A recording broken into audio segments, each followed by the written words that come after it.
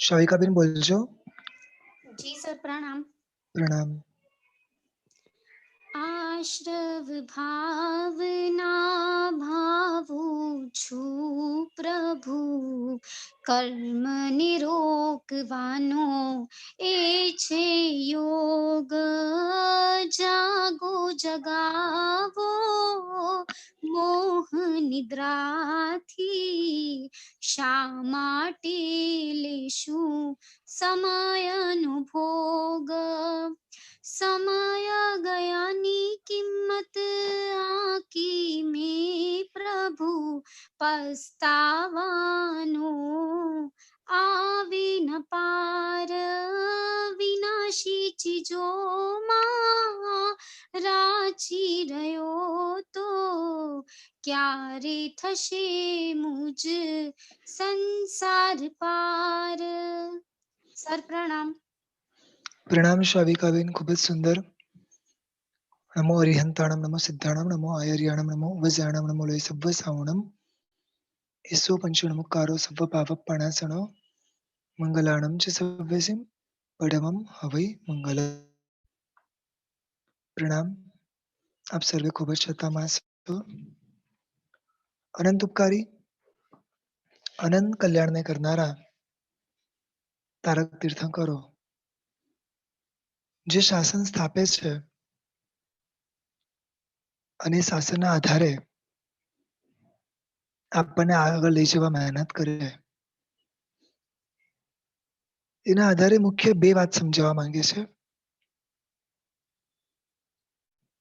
તમે તમારી જાતને સમજો, તમારી શક્તિઓને સમજો, તમારી શક્તિઓને ઓળખો, અને પછી મિથ્યાત્વમાંથી બહાર નીકળીને, અજ્ઞાનતામાંથી બહાર નીકળીને તમારા પોતાના સ્વરૂપને મેળવો. પહેલા ઓળખો અને પછી મેળવો. શાંત સુધારસ ગ્રંથની અંદર શરૂઆતની અંદર આ જગતનું સ્વરૂપ બતાડ્યું. શરીરથી જોડાયેલો આખો આ સંસાર, દરેકની અનિત્યતા, એવી રીતે સંબંધો જે ક્યાંક ને ક્યાંક ઋણાનું બંધે ઊભો થયેલો છે, પૂરા કરવા માટે જોડાયેલા છે બધા. એની અંદર પણ અસરણતા અને સંસાર ભાવના, એકત્વ, અન્યત્વ, આ બધું બતાડીને આપણી જાતને અને જગતને ઓળખાવ્યું. મહોપાધ્યાયજી વિનય વિજય મહારાજ સાહેબે ખૂબ સુંદર રીતે આપણને આનું સ્વરૂપ બતાડ્યું છે. જય વિયરાય સૂત્રની અંદર પ્રભુ પાસે સૌથી પહેલી માંગણી કરી છે કે પ્રભુ ભવ નિવ્યયો હો વપ અભાવ હો, કે પ્રભુ આપના પ્રભાવથી, આપની કૃપાથી સૌથી પહેલું વરદાન મને મળવું જોઈએ, આ સંસાર પ્રત્યેથી કંટાળો. સંસાર છૂટતો કેમ નથી? કારણ કે ખૂબ ગમે છે, અને ગમતી વસ્તુ ક્યારે પણ ના છૂટે. આ દરેક ભાવનાઓ એનું મૂળ સ્વરૂપ આપણને બતાડે છે. એટલે આપણને જે એના પ્રત્યે રાગ થતો હતો, એ રાગ છોડાવવા પ્રભુનો ધર્મ એટલે શું? પ્રભુ કહે છે જે ખોટું છે એના પ્રત્યેનો રાગ છોડો, જે સાચું છે એનો રાગ કરો. પ્રભુ એક જ કહે છે ધર્મ કરો એમ નહીં, પાપ છોડો. છૂટે એનું નામ જ ધર્મ. ધર્મનો અર્થ શું છે? પાપ છૂટે એનું નામ ધર્મ. દાખલા તરીકે કોઈક વ્યક્તિ જુઠ્ઠું બોલી રહ્યું છે, તો જુઠ્ઠું બોલવાનું છોડે, સાચું બોલે, આને શું કહેવાય? ધર્મ. કોઈક વ્યક્તિ હિંસા કરી રહ્યો છે, તો બધી જ હિંસા બંધ કરી દે 48 મિનિટ માટે પોતે સામાયિકમાં આવી જાય, અનંત જીવોને 48 મિનિટ માટે અભયદાન આપી દે, તો ઈ પાપમાંથી છૂટ્યો. એનું નામ ધર્મ. જે મારા હકનું નથી એ ના લેવું, બસ ચોરી કરવાનું બંધ કરવું, આનું નામ તો ધર્મ. સિમ્પલ વ્યાખ્યા છે ધર્મની. દરેકે દરેક જે પાપ છે એ પાપ કરવાનું માત્ર બંધ કરવું, આનું નામ ધર્મ. આશ્રવ ભાવના આપણને દેખાડે છે કે કયા કયા નિમિત્ત એવા છે, કયા દરવાજા છે જ્યાંથી આવી રહ્યા છે. એ દરવાજાને ઓળખો, સમજો, સમજ્યા પછી એને બંધ કરો. જે બંધ કરવાનું આવશે આખું સંવર ભાવના આવશે. અત્યારે ખાલી દરવાજાને ઓળખવા છે.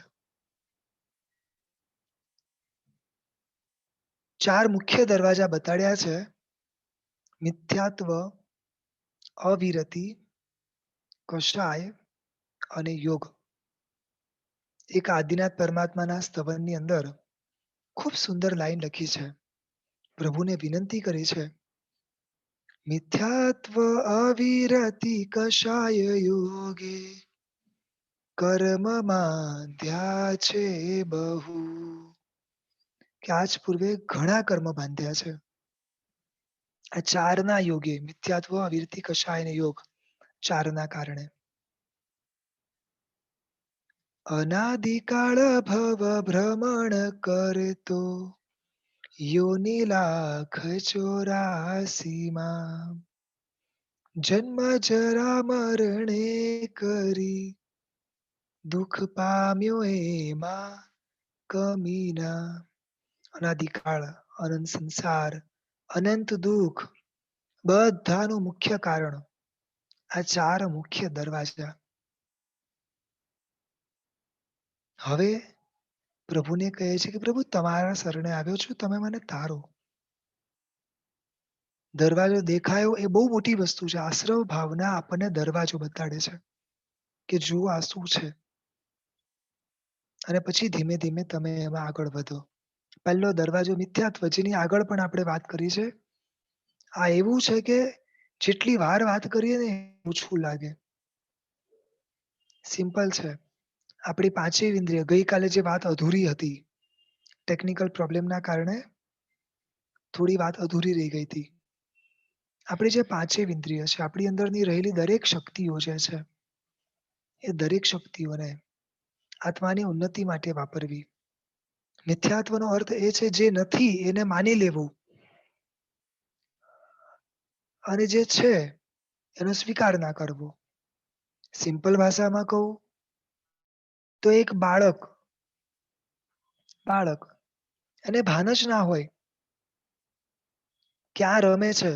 બિચારો જ્યાં આગળ પોટી કરે, જ્યાં આગળ યુરિન પાસ કરે, ત્યાં આગળ જ બેસીને રમતો હોય છે.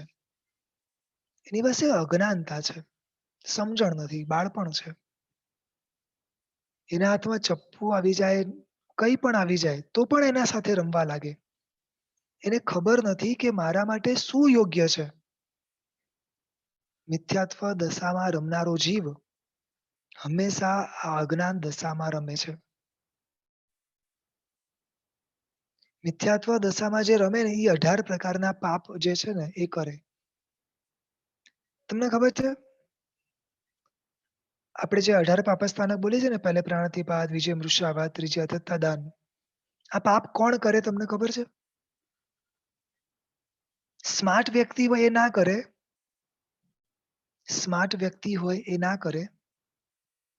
અને જે બાળપણમાં રમતો હોય ને, નાનો હોય ને, એ કરે. તમને સમજાવું કઈ રીતે. એક વ્યક્તિને ખબર છે કે હું કોઈને દુઃખ આપીશ, દર્દ આપીશ, તો એ જ દર્દ મને ફરી આવવાનું છે. તો બોલો, એ વ્યક્તિ કોઈને દર્દ આપે? પહેલું પ્રાણાતિપાત એટલે જીવની હિંસા, મેન્ટલી, ફિઝિકલી, જાણતા, અજાણતા બધી રીતે. સ્માર્ટ વ્યક્તિ શું કરે?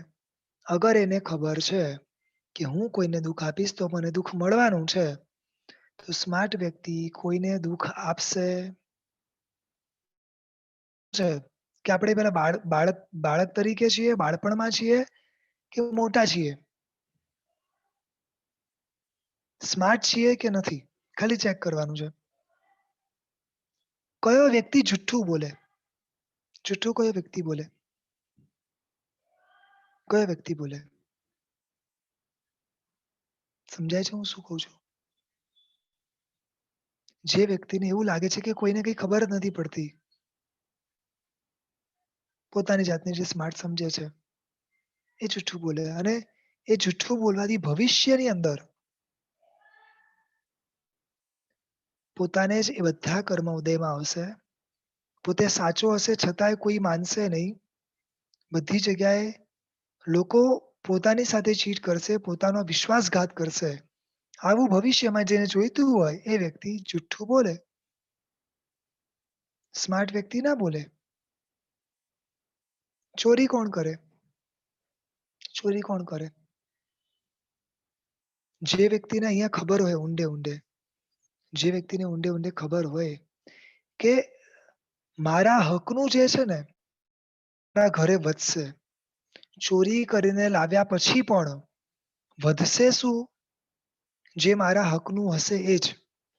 અને ઘણીવાર એવું બને ચોરી કરીને લાવીએ ને, ₹10 ખાલી ચોરી કરીને લાવ્યા છે, પણ જશે કેટલું ખબર છે? આવશે ₹10 ને જશે કેટલા? ₹100. તો કયો વ્યક્તિ ચોરી કરશે? એક-એક પાપ જોઈ લો, કયો વ્યક્તિ સ્માર્ટ હોય ને એ ના કરે. આ 18 પ્રકારના પાપો કોણ કરે? આમાં આગળ છે ને કષાય આવશે.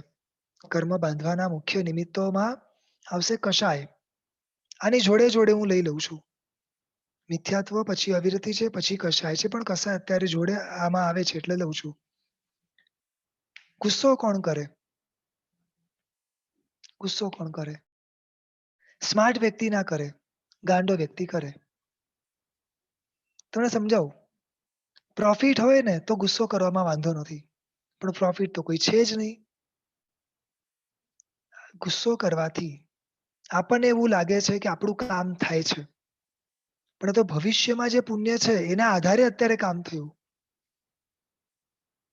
ઓલરેડી અત્યારે આપણી ઈચ્છા પ્રમાણે કામ થયું નથી. ગુસ્સો આવવાનું મુખ્ય કારણ શું છે?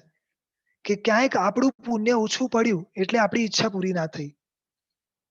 ક્યાંક આપણું પુણ્ય ઓછું પડ્યું એટલે આપણી ઈચ્છા પૂરી ના થઈ. આપણી ઈચ્છા પૂરી ના થઈ એટલે આપણને આવ્યો ગુસ્સો. તો એમાં મુખ્ય કારણ શું? કોનું પુણ્ય ઓછું પડ્યું? મારું પુણ્ય. અને હવે ગુસ્સો કરીશ, હવે ગુસ્સો કરીશ. તો શું થવાનું? ભવિષ્યમાં જે પુણ્ય પડ્યું છે ને એના આધારે થોડું ઘણું કામ થશે. એટલે કે નોર્મલમાં તો મને ટિકિટ ના મળી. નોર્મલ ટિકિટ વેટિંગ આવી એટલે ટિકિટ મને ના મળી. પણ હું ડબલ પૈસા આપીને 1000-2000 પૈસા આપીને બ્લેકમાં ટિકિટ જે ખરીદ્યું ને એટલે ભવિષ્યમાં પડેલું પુણ્ય વર્તમાનમાં વાપરી દેવું. આ તો નુકસાની છે. ગુસ્સો કોણ કરે? તમે વિચારો. કોઈ ફાયદો ખરી ગુસ્સો કરવાથી?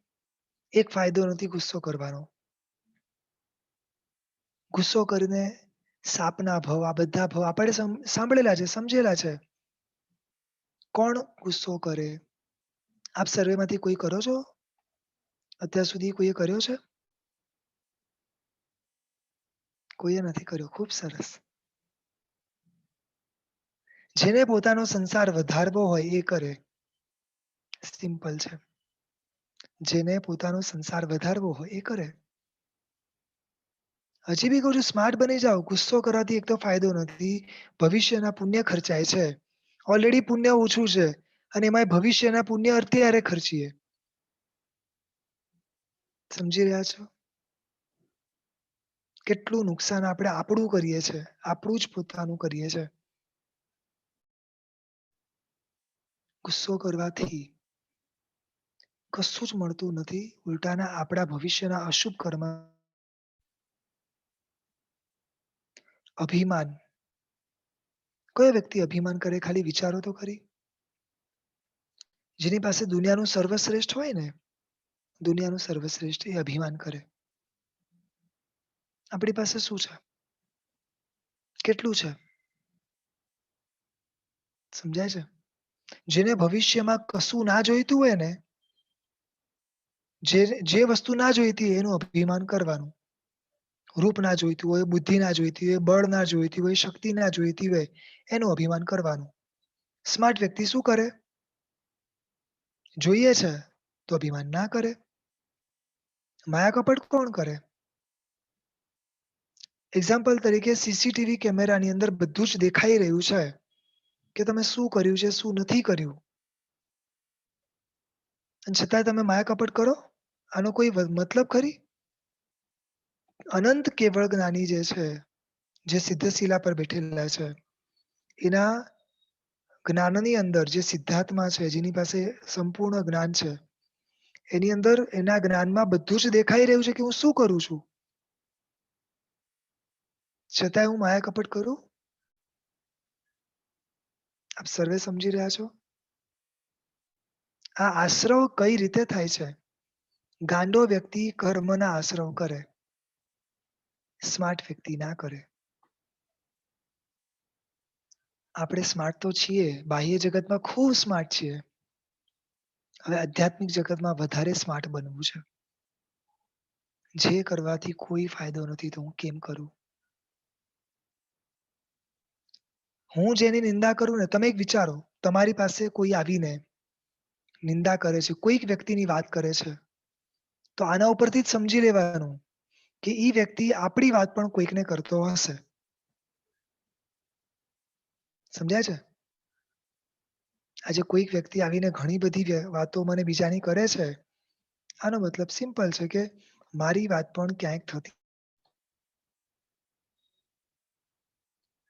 એટલે જે પ્રકારના પાપ છે તમે જોઈ લો, ઈ પાપ ભોગવવા હોય એ વ્યક્તિ જ આ બધું કરે. જેને આ પાપ ના ભોગવવા હોય એ ના કરે.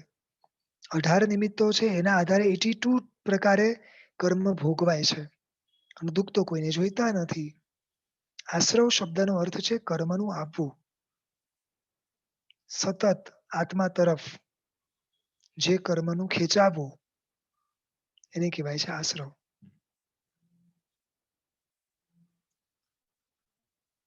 ફરીને રિપીટ કરું છું. એક પ્રયત્ન કરવો છે. મિથ્યાત્વ સંપૂર્ણ કાઢવું છે. જે સાચું છે એ સાચું છે. નથી તો કઈ વાંધો નહીં. માન્યતામાં તો લાવી જ દેવાનું છે. આચરણમાં ભલે ના આવે. સમય જતાં આવશે. બીજું કારણ બતાવ્યું છે અવિરતિ. અવિરતિનો અર્થ એવો છે કે પચકાણ વગર. એને સાચું છે બધું ખબર પડે, પણ એ છોડી ના શકે. દાખલા તરીકે એક વ્યક્તિ ડ્રિંક કરે છે, ખૂબ ડ્રિંક કરે છે અને એણે ડ્રિંક કર્યા પછી ઘણું ખોયું. એને પોતાનું હેલ્થ ખોઈ, પુત્ર ખોયા, પરિવાર ખોયા, સંબંધો ઘણું ખોયું એણે. અને સમય જતાં એને રિયલાઈઝ થાય છે કે મેં મારી સંપત્તિ વગેરે બધું જ ખોયું છે આનાથી. પણ એવી આદત પડી ગઈ છે, શરીરને એવી રીતે યુસ્ટુ કરી દીધું છે કે હવે એના વગર ચાલે એવું નથી. એટલે પીતો જાય ને રડતો જાય, પીતો જાય ને રડતો જાય. આ છે અવિરત. સાચું જાણે પણ છોડી ના શકે. આ પણ એક આશ્રવનું કારણ છે, કર્મનું આવવાનું કારણ છે. આપણને ઘણીવાર આવું બને છે, આપણને ઘણું સમજાય છે. પણ આપણે છૂટતું નથી કે છોડતા નથી. 2 શબ્દમાં બહુ ફરક છે, ધ્યાન રાખજો.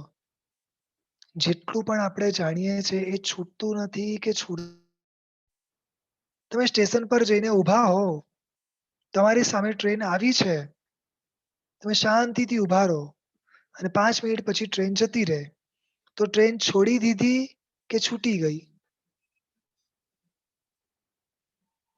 પ્રશ્ન સમજાયો કે નહીં સમજાયો? નિમિત્ત મળ્યું હોય, આપણને નિમિત્ત મળ્યું હોય અને છતાં પણ આળસના કારણે ન કરીએ,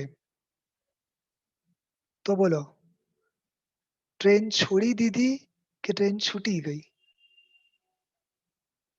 તમે બધા જ પ્રયત્ન કર્યા હોય, છતાંય તમને નિમિત્ત ના મળ્યા હોય અને પછી એવું બને કે તમે ના કરી શકો, તો સમજી શકાય કે ટ્રેન છૂટી ગઈ. અવિરત એટલે કે પચકાણ વગરનું સંપૂર્ણ જીવન. સંપૂર્ણ પચકાણ વગરનું જીવન. ઘણા લોકોને છે ને આ પચકાણ અને બંધનો કોઈને ગમતા જ નથી. મને એક જવાબ આપો, તમે લોકો ડ્રાઇવિંગ જ્યારે કરો છો, ત્યારે એના દરેક રૂલ્સ પાળો છો કે નથી પાળતા? સીટ બેલ્ટ બાંધવો, આદિ જેટલા પણ એના રૂલ્સ છે, આપણે સ્ટ્રિક્ટલી ફોલો કરીએ છીએ કે નથી કરતા? એ નિયમ જે પાડીએ છે, એ કોની સેફ્ટી માટે છે? નિયમ જે પાડીએ કોની સેફ્ટી માટે છે? આપ સેફ્ટી માટે છે. પણ આપણે નિયમ લેતા નથી. એનો મતલબ એ છે કે સતત આપણા જ માટે એક ભય ઊભો છે. આપણે સોસાયટીમાં રહીએ છીએ, ત્યાં પણ કેટલા બંધનો છે.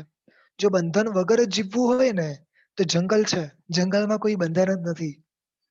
તમારે ક્યાં ઉઠવું, કેટલા વાગે ઉઠવું, શું ખાવું, શું પીવું, ગાડી પાર્ક કરવી, ત્યાં પાર્કિંગ ચાર્જીસ નથી, કશું જ નથી. બોલો, બંધન વગરનું જીવન જંગલમાં છે. જંગલમાં રહેવું ગમે છે કે સોસાયટીમાં રહેવું ગમે છે? સમજી રહ્યા છો? અવિરતિ. પ્રભુએ જે 2 પ્રકારનો ધર્મ બતાડ્યો ને, એમાં ક્લિયર મેન્શન કર્યું છે દેશવિરતિ. પ્રભુએ જે ધર્મની સ્થાપના કરી ને, એ ધર્મની સ્થાપનાની અંદર એક રીતે દેવ કે દેવી એકેયનો સમાવેશ નથી. ભલે સમ્યક્ત્વ લઈને બેઠેલા હોય, નરકની અંદર પણ ભલે સમ્યક્ત્વ લઈને બેઠા હોય, પણ એમનો સમાવેશ પ્રભુએ નથી કર્યો. ધર્મની શરૂઆત ક્યાંથી થાય?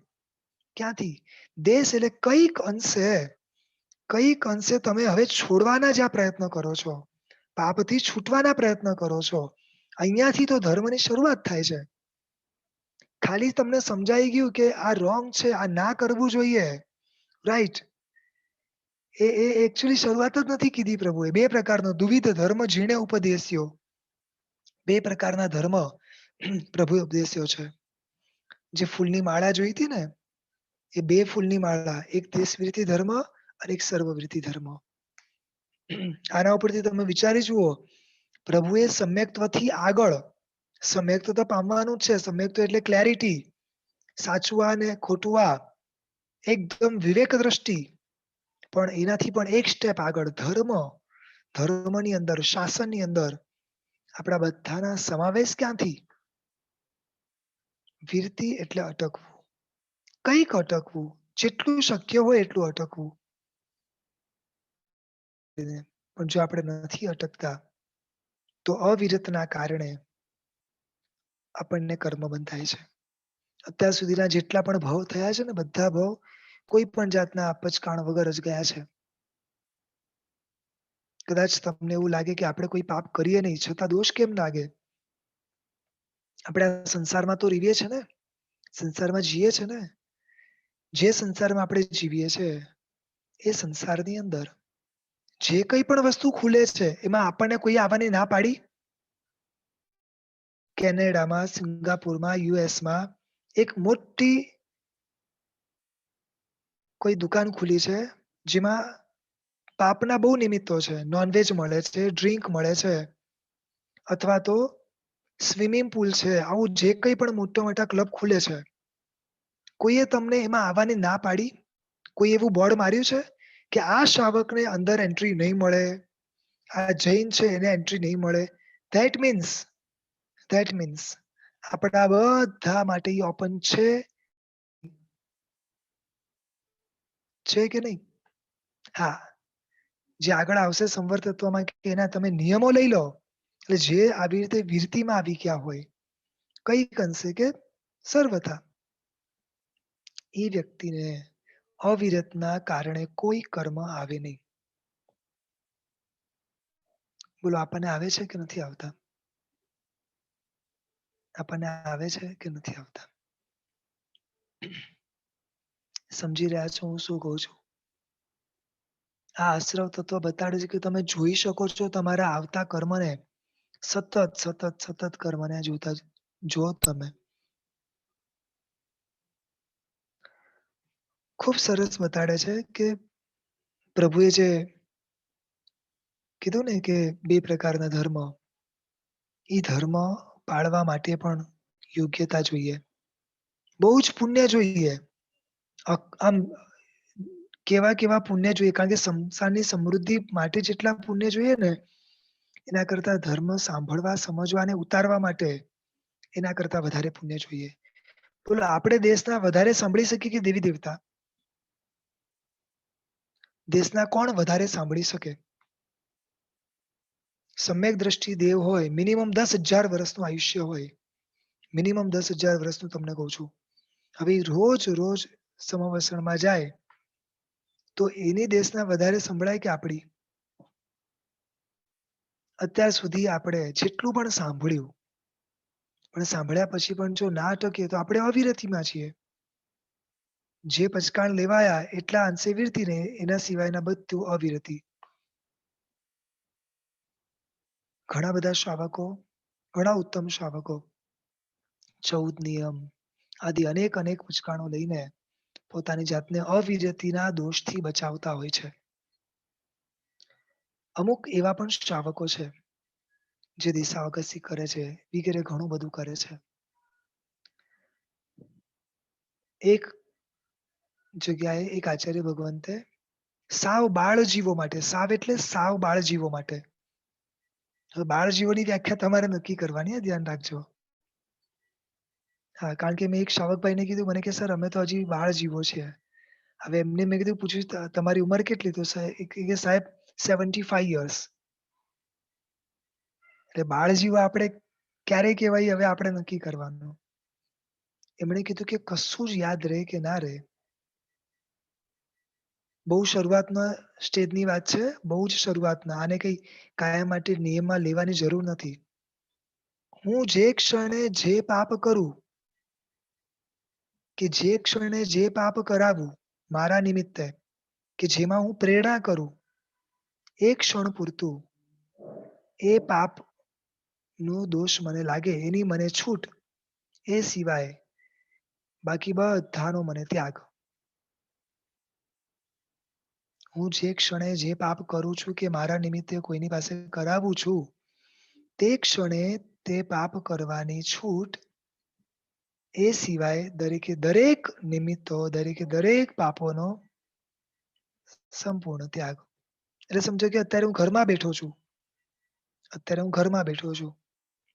તો ઘરમાં બેઠો છું તો જ્યારે હું ચાલીશ, પીશ, ખાઈશ, એ ક્ષણે એટલા પૂરતો જ ખાલી દોષ.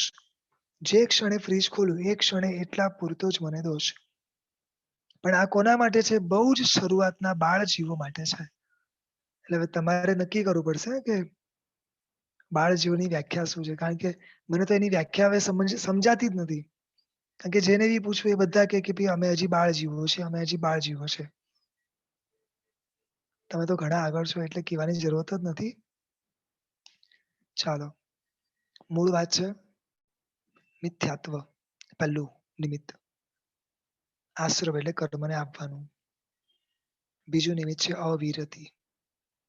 એના કારણે પણ ચિક્કાર કર્મ આવે છે. માનો કે કોઈ જીવ મિથ્યાત્વથી આગળ વધે છે, કોઈ જીવ કઈક અંશે વિરતિમાં પણ આવે છે, એટલે અવિરતિના પણ પાપ બંધ કરે છે. તો ત્રીજો નંબરનું નિમિત્ત બતાવ્યું છે કષાય. કષાયના કારણે એટલે કે ક્રોધ, માન, માયા અને લોભ. આ ચારના કારણે આપણને કર્મ બંધાય છે. મેં પૂર્વે કીધું, હજી પણ કહું છું. એ જ વ્યક્તિ ગુસ્સો કરે જે વ્યક્તિ સ્માર્ટ ના હોય. બસ આપણે સ્માર્ટ બનવું છે. જે નબળો વ્યક્તિ હોય એ ગુસ્સો કરે. બોલો આપણે નબળા છીએ કે સ્ટ્રોંગ છીએ? જે વ્યક્તિ પહોંચી ના શકે ને, કરી ના શકે, એ ગુસ્સો કરે.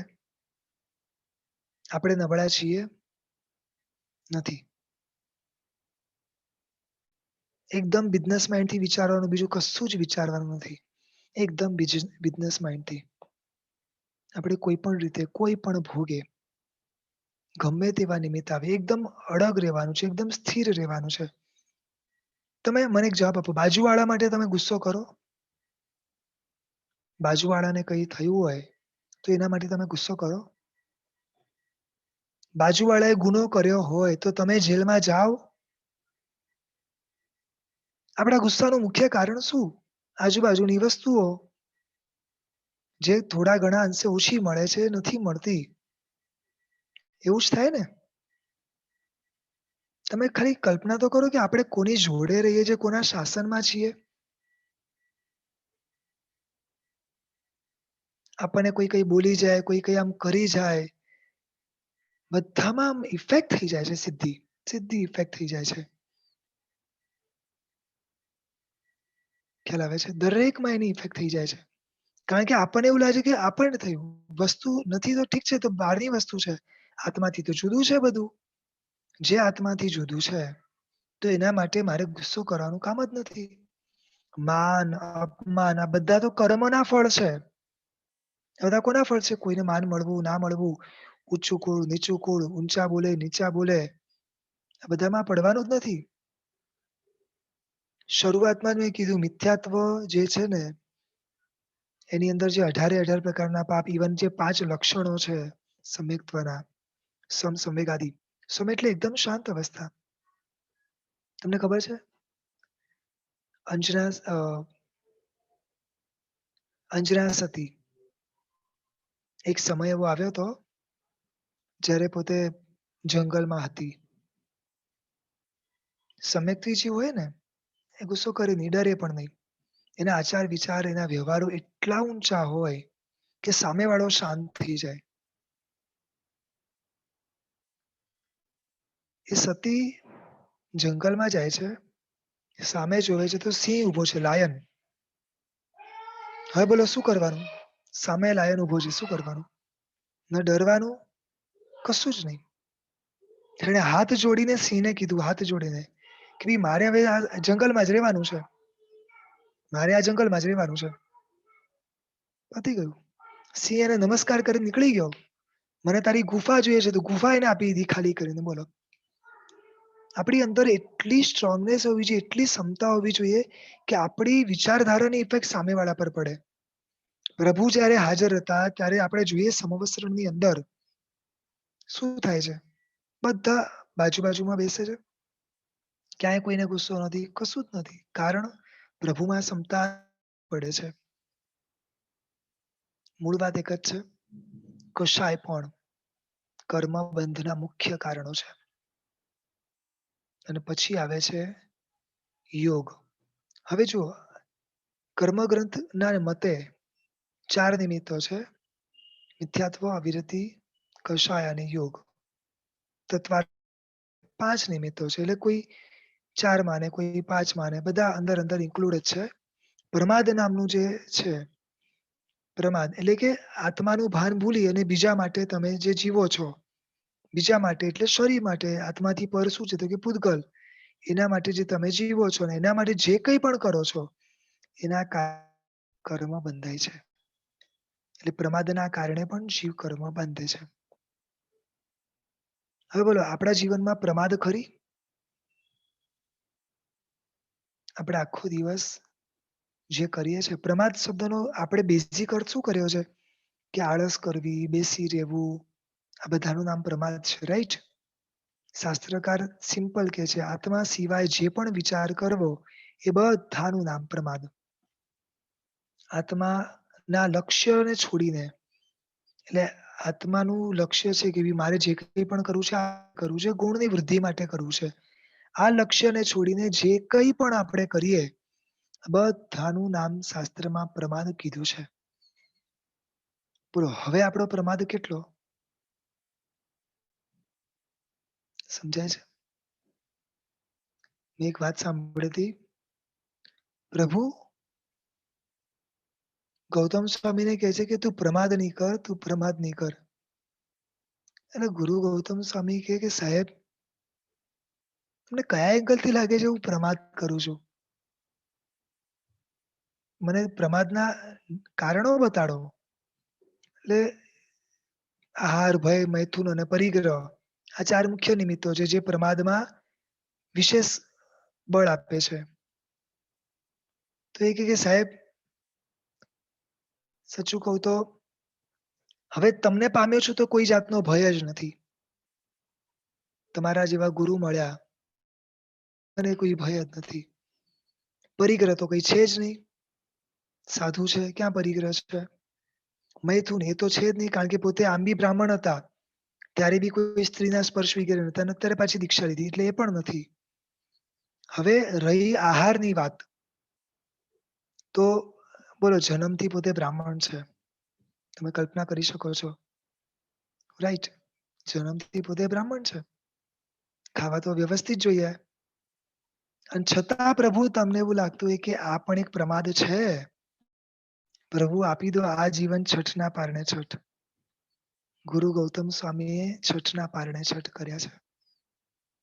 કોઈ પણ રીતે જેની અંદર મારો આત્મા લેપાતો હોય, શરીરના સુખ આવતા હોય, શરીર તરફનું દ્રષ્ટિકોણ જતું હોય, એ મને કર્મ બંધાવશે. સમજી રહ્યા છો? કોઈ પણ આ એક જ છે. આશ્રય ભાવના એક જ સમજો કે તમે જુઓ કે કયા-કયા નિમિત્તો છે જેનાથી આપણે પોતે આપણી જાતને બ્લોક કરી રહ્યા છીએ. આપણે કશું જ એવું નથી કરવું હવે, જેનાથી આપણે પોતે ફસાઈ જઈએ હવે. અને છેલ્લે આવે છે મિથ્યાત્વ, અવિરતિ, કષાય અને પછી આવે છે યોગ. યોગ શબ્દનો અર્થ છે મન, વચન અને કાયા. સિમ્પલ. મન, વચન અને કાયા. આપણે ખબર છે દરેક કાયોત્સર્ગની અંદર છેલ્લે શું બોલીએ છે? ઠાણેણમ, મોણેણમ, ઝાણેણમ. આ 3 શબ્દ બોલીએ છે ને? વારંવાર આપણને યાદ કરાવે છે. ખબર છે? વારંવાર. સ્થાન એટલે કે કાયગુપ્તી. ઠાણેણમ એટલે મોણેણમ એટલે વચનગુપ્તી. તમે શબ્દને ગુપ્ત રાખો, કંટ્રોલ કરો. મણેણમ એટલે મનના વિચારો. ઝાણેણમ એને ગુપ્ત રાખો. આ 3 એવા નિમિત્તો છે જેના થકી પણ ભયંકર કર્મ બંધાય છે. મેં ગઈકાલે પણ કીધું હતું, આજે પણ કહું છું. દરેક કર્મ ક્રિયાથી જ બંધાય છે એવું જરૂરી નથી. દરેક કર્મ શબ્દથી જ બંધાય છે એવું જરૂરી નથી. વિચારોથી પણ કર્મ બંધાય છે. પ્રસન્નચંદ્ર રાજસિંહનો મેં દાખલો આપ્યો હતો કે વિચારથી જ કર્મ બાંધી શકાય છે, વિચારથી જ કર્મ છોડી શકાય છે. બોલો, કર્મ તો આજ સુધી વિચારોથી તો બાંધ્યા જ છે, પણ હવે વિચારોથી છોડવા છે? કર્મ વિચારોથી છોડવા છે? વિચારોથી છોડવા માટે બેસ્ટ ઓપ્શન શું છે ખબર છે? નંબર 1 જે વ્યક્તિમાં જે ગુણ આપણને દેખાય,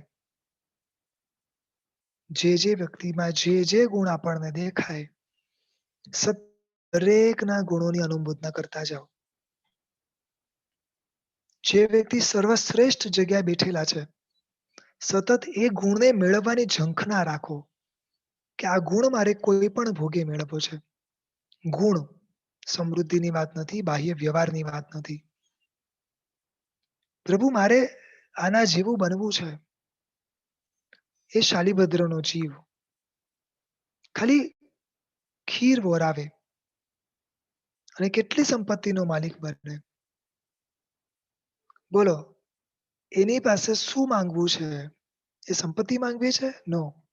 પ્રભુ એ જીવે જ્યારે ખીર વોરાવી ને, તો અમે પણ ઘણી ખીર વોરાવી, પણ એ જીવે જ્યારે વોરાવી ને, ત્યારે એના જીવનમાં બહુ પાપો ઓછા હતા. બહુ જ ઓછા હતા. અને પ્રભુ અમે ઘણું વોરાવીએ છે, પણ અમારા જીવનમાં ચારે બાજુ એટલા પાપો ભરેલા છે કે ધર્મ કરીએ છીએ છતાંય ફળતો નથી. જ્યાં સુધી પાપની હાજરી હશે, ત્યાં સુધી ધર્મ એનું ફળ નહીં આપી શકે. પ્રભુ અમને એક સત્વ આપો, એવું સત્વ આપો કે અમે અમારા બધા પાપ ઓછા કરીએ. સાચું બોલજો.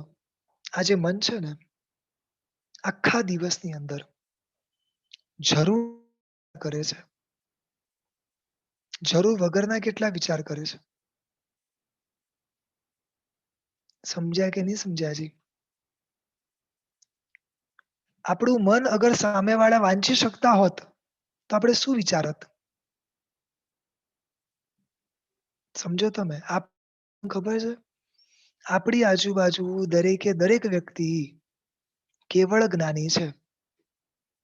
આપણી આજુબાજુ દરેકે દરેક વ્યક્તિને મનઃપર્યવ જ્ઞાન થયું છે. હવે તમે વિચારો જે વિચારવું હોય.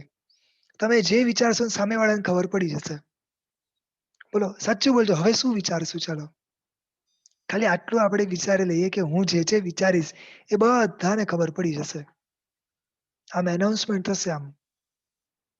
આપણે શું વિચારશું? એક પણ અશુભ વિચાર આવશે ખરો? એક પણ અશુભ વિચાર?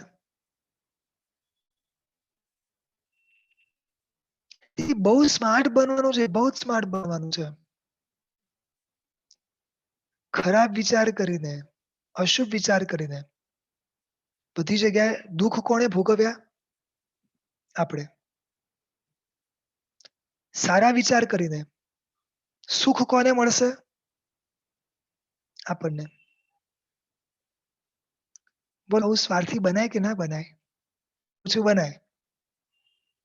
જ્યાં ગુણ મળતા હોય અને કોઈને પ્રોબ્લેમ ના થતો હોય, તો આવા સ્વાર્થી બનવામાં કોઈ જ પ્રોબ્લેમ નથી. સમજી રહ્યા છો? એક પણ કદાચ તમને એવું લાગે કે વિચારો આપણા કંટ્રોલમાં જ નથી. ખૂબ એક વાત આવે છે. મનનમ ત્રાયતે ઇતિ મંત્રઃ. આપણા મનને કંટ્રોલ મંત્ર. આ જેટલા પણ જે જાપ છે, જે સાધનાઓ છે, આ બધું શેના માટે છે? આપણા મનને કંટ્રોલ કરવા માટે. અને શરૂઆતના બેઝની અંદર તમે બીજું બધું નથી કહેતો, પણ કોઈકમાં સારું તો દેખાય જ ને, અને એટલું તો આપણે કરી જ શકીએ ને. મેળવતા જાઓ, સારું જોતા જાઓ, મેળવતા જાઓ. અચ્છા, એક શોપિંગ મોલમાં તમે ગયા છો. તમારે ખાલી છે ને વિચાર કરવાનો કે આ વસ્તુ મારે જોઈએ છે. એ બધી વસ્તુ તમારા ઘરે પહોંચતી જાય. બધી વસ્તુ કશું જ મહેનત કર્યા વગર આપણા ઘરે એ બધી જ વસ્તુ પહોંચતી જાય. બરોબર છે? અને ત્યાં આગળ ઘણું ખરું કચરાના ડબ્બાઓ છે, ડસ્ટબિન છે, આવું બધું છે.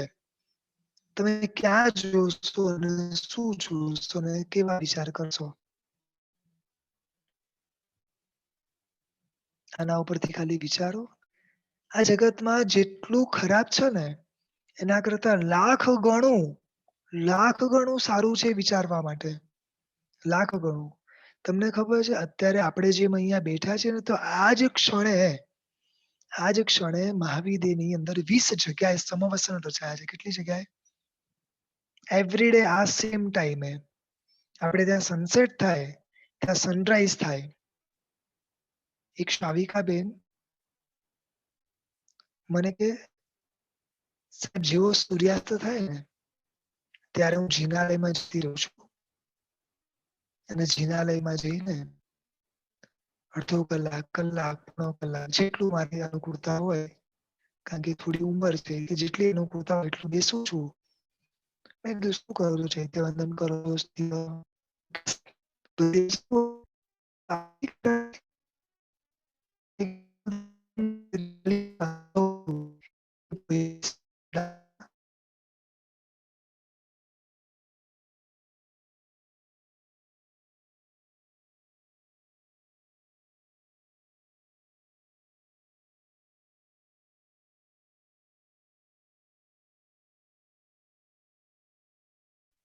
હલો, હલો,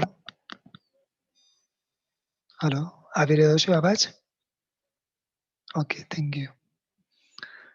એ કે હું રોજ જિનાલયમાં જાઉં અને બસ અડધો પોણો કલાક ખાલી એમને એમ બેસી રહું. અને ખાલી એક જ દાદાને કહું કે દાદા, હું તો ત્યાં નથી આવી શકવાની. તારા શબ્દ છે ને ખાલી મારા સુધી પહોંચાડજે બસ. બસ આટલા જ વિચાર તમે કલ્પના કરો, કેવા ભાવોમાં આ વ્યક્તિ રમે. આપણને બધાને ખબર છે, આપણને બધાને કે એક તંદુલિયો મત્સ્ય આટલી નાની સાઈઝ છે. ન કોઈને મારવાની તાકાત છે, પાંખ ઉડાડવાની તાકાત નથી. કશી જ તાકાત નથી. એવરી ડે સનસેટ ટાઈમે આપણો અહીંયા સનસેટ ટાઈમ હોય, ત્યાં સનરાઈઝ ટાઈમ હોય. સનસેટ થી લઈને 3 કલાક સુધી.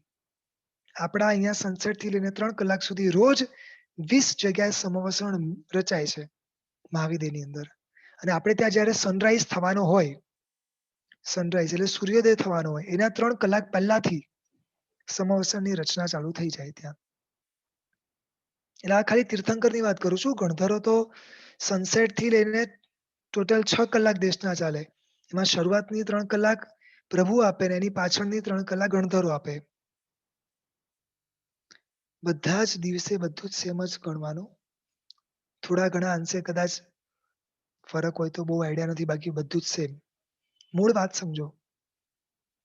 આપણા કાયાની અંદર, આપણા વચનની અંદર, આપણા મનની અંદર તાકાત છે આપણા કર્મને ખીચવાની અને કર્મને દૂર ફેંકવાની. તો બોલો શું કરવું છે? સૌથી વધારે કર્મ જે છે આપણા મનથી બંધાય છે. કારણ કે વિચારોની સ્પીડ બહુ લાંબી છે. 10 વિચારીએ છીએ ત્યારે 2 શબ્દ બોલીએ છીએ અને 2 શબ્દ બોલીએ ત્યારે 1 કામ થાય છે. એટલે સૌથી વધારે જે કર્મ બંધાય છે એ માત્ર વિચારોથી બંધાય છે. એટલે વધુમાં વધુ આપણે ખાલી વિચારોને છે ને ફેરવી દેવાના છે. વિચારોને રોકી નથી શકાતા. જ્યાં સુધી જીવ સંપૂર્ણ નિર્વાણ નથી પામતો ને, કર્મ રહિત નથી થતો ને, છેલ્લા ક્ષણે એ મનયોગ, વચનયોગ અને કાયયોગ એને નાશ કરે છે. કેવળ જ્ઞાન સુધી પણ આત્માને મન, વચન, કાયા છે. એટલે મનના વિચારોને રોકવાની તો અહીંયા વાત જ નથી. આપણે ખબર છે આવે છે તપ કોને કહેવાય? આગળ આવશે નિજરાની અંદર કે ઈચ્છાને રોકવું આનું નામ તપ. ઈચ્છાને રોકવું આનું નામ છે તપ. તો ઈચ્છાને તો રોકી નથી શકવાનું, તો તપ કેવી રીતે કહેવાય? તો કે શરૂઆતમાં અશુભ ઈચ્છાને રોકવું, અશુભ ઈચ્છાને રોકવું આનું નામ તપ.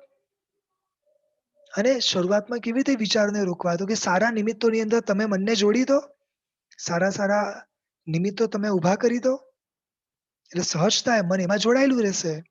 આપણી જાતે આપણે મનને ક્યાંક સેટ કરવું પડે. તો મૂળ વાત એ છે કે આશ્રવ તત્વ, આશ્રવ ભાવના આપણને એ બતાવે છે કે સૌથી પહેલા મિથ્યાત્વ એટલે તમે ભ્રમમાંથી બહાર નીકળી જાઓ. કોઈ આપણું કિડનેપ કર્યું હોય, હું તમને પૂછું, કોઈ કિડનેપ કરીને તમને લઈ જાય ક્યાંક, સારામાં સારી રીતે તમને ત્યાં આગળ રાખે છે. પણ છતાં પણ તમે એકદમ ક્લિયર છો ને કે આ મારું ઘર નથી. તમને ત્યાં સારામાં સારું ખાવાનું આપે, બધું જ સારામાં સારું આપે. છતાં કેટલા ક્લિયર છીએ? આ મારું ઘર નથી. એવી જ રીતે મિથ્યાત્વમાંથી બહાર નીકળીને તમે સમ્યક્ત્વ પામો. મિથ્યાત્વમાંથી બહાર નીકળ્યા, બધા કર્મ પલટાઈ જશે. એટલે બહુ જ ઓછા કર્મના બંધ ચાલુ થઈ જશે. અવિરતિમાંથી પણ બહાર નીકળો. જેટલી શક્યતા હોય તમારી એ પ્રમાણે તમે નિયમો પચકાણોમાં આવતા જાઓ. કશાયો, હજી બી કહું છું, ગાંડા લોકો જે હોય એ કશાય કરે, ડાયા લોકો ના કરે. અને મને એટલું ખબર છે કે અહીંયા જેટલા પણ હાજર છે ને બધા ડાયા તો છે જ. કારણ કે પ્રભુના શાસનને પામેલા જીવો હોય એ ગાંડા હોઈ શકે? તો ડાયા જ હોય. અને પ્રમાદ પણ કોણ કરે? કોણ કરે પ્રમાદ? જેને વેલ્યુ ના હોય, જેને ખબર ના હોય એ પ્રમાદ કરે.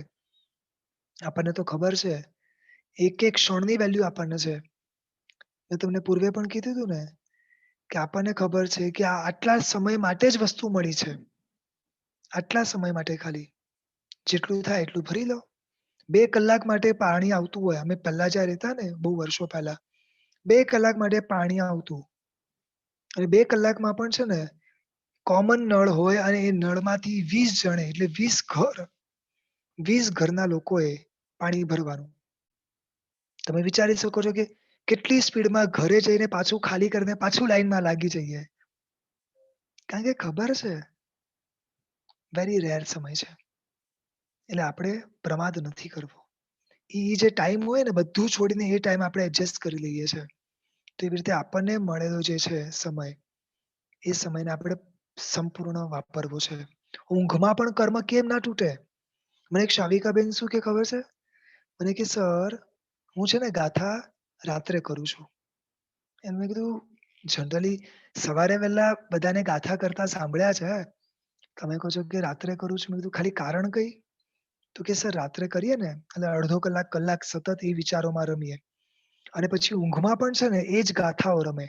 એટલે ગાથા કરતા હોઈએ એ ટાઈમે તો જ્ઞાનાવરણીય કર્મ તૂટે જ કે વગેરે બીજા કર્મ તો તૂટે. પણ ઊંઘની અંદર પણ સતત આવા વિચારોમાં રમતા હોઈએ ને એટલે ઊંઘમાં એ કર્મ તૂટે. જો આ પ્રોપર બિઝનેસમેન, આ સ્માર્ટ વ્યક્તિ જાગતાય કર્મ તોડે અને ઊંઘતાય કર્મ તોડે. બોલો આપણે એવા છીએ ને? બસ સ્માર્ટ છો. પ્રભુનું શાસન આપણને સ્માર્ટ બનાવશે જ. સ્માર્ટ છીએ, વધારે સ્માર્ટ બનાવશે. અને યોગ કાયાથી કોઈ એવી પ્રવૃત્તિ ના થાય, વચનથી કોઈ એવા શબ્દો ના નીકળે અને મનથી કોઈ એવા વિચારો ના નીકળે. આપણામાં પ્રતિક્રમણમાં જે મુખ્ય એક સૂત્ર આવે છે, જેને પ્રતિક્રમણનું બીજ કહેવાય છે, સવ્વસવી દેવસ્ય દુશ્ચિંત્ય દુભાષ્ય અને દુચિઠ્ઠીય. ખરાબ ચિંતવન, ખરાબ ભાષા અને ખરાબ ક્રિયા એટલે દુષ્ટ ક્રિયા જે મારાથી થઈ ગઈ હોય સવ્વસવી દિવસથી આખા દિવસની અંદર મિચ્છામિ દુક્કડમ માંગીએ છે રોજ. કારણ કે પ્રભુ આનાથી તો સૌથી વધારે કર્મ બંધાય છે.